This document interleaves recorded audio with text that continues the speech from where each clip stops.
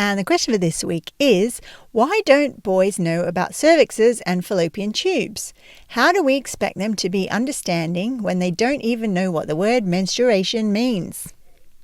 And welcome back to Sitting in a Car. I'm Sarah Sproul and I sit in a car each week answering a question to help you raise your confident and caring young person who respects themselves and the people around them.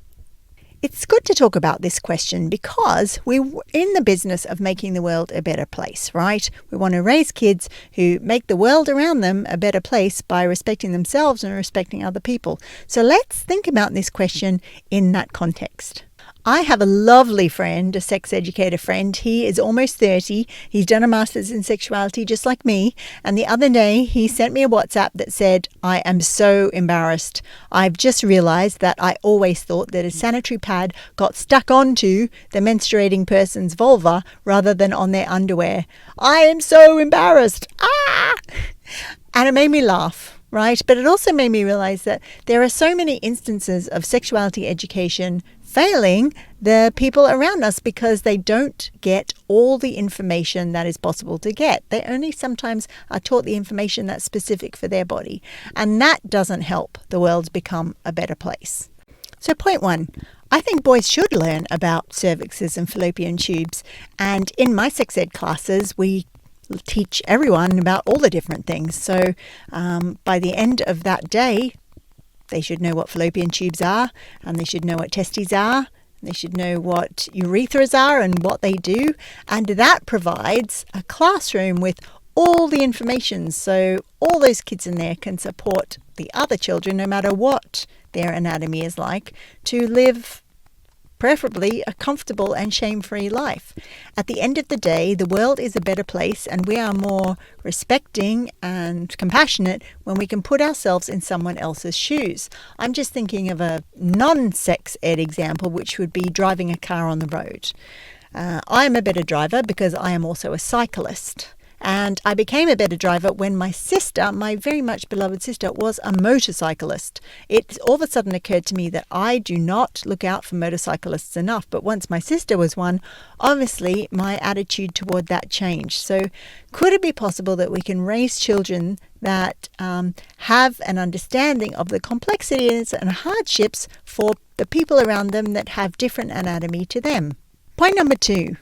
Sexuality education to do with contraception would say that it's everybody's responsibility to make sure the sex that people have or the physical intimacy that people have is safe.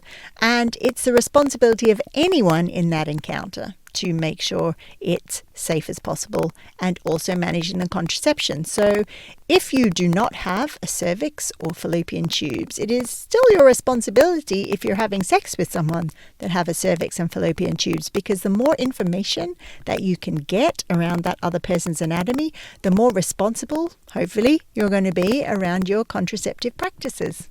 Point three, it's really helpful to have lads who understand what periods are and fallopian tubes and tampons and all the things. I've noticed in my sex ed classes, if we are talking about period products, we have an exercise where they have to identify what a tampon is.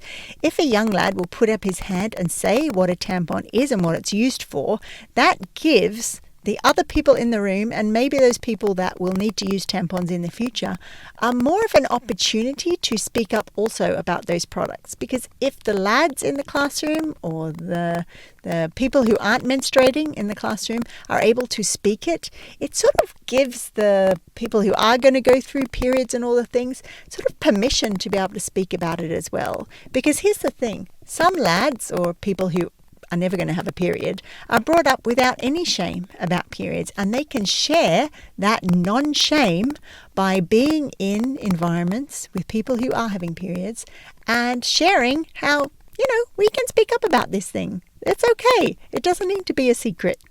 So here are the three reasons, let's sum up again, why it's really useful for lads or people without cervixes and fallopian tubes to learn about those things. First thing first, it helps them put themselves in other people's shoes and be more understanding. Second thing, Contraception and safe sex practices are everybody's responsibility, so if you understand how the biology of that works, it's going to make it easier for you to make good decisions. Third thing first, lads can help reduce period shame in environments where there are people who are on their period and feel embarrassed and worried and won't speak up about it. And that's sitting in a car for another week, where I've answered a question to help you raise your confident and caring young person to respect themselves and the people around them. And while you're here, can I ask for your help? Would you like, repost, or subscribe to Sitting in a Car? This helps other parents just like you find the information and support they need to do this part of their parenting even better. Thanks for that, and bye for now.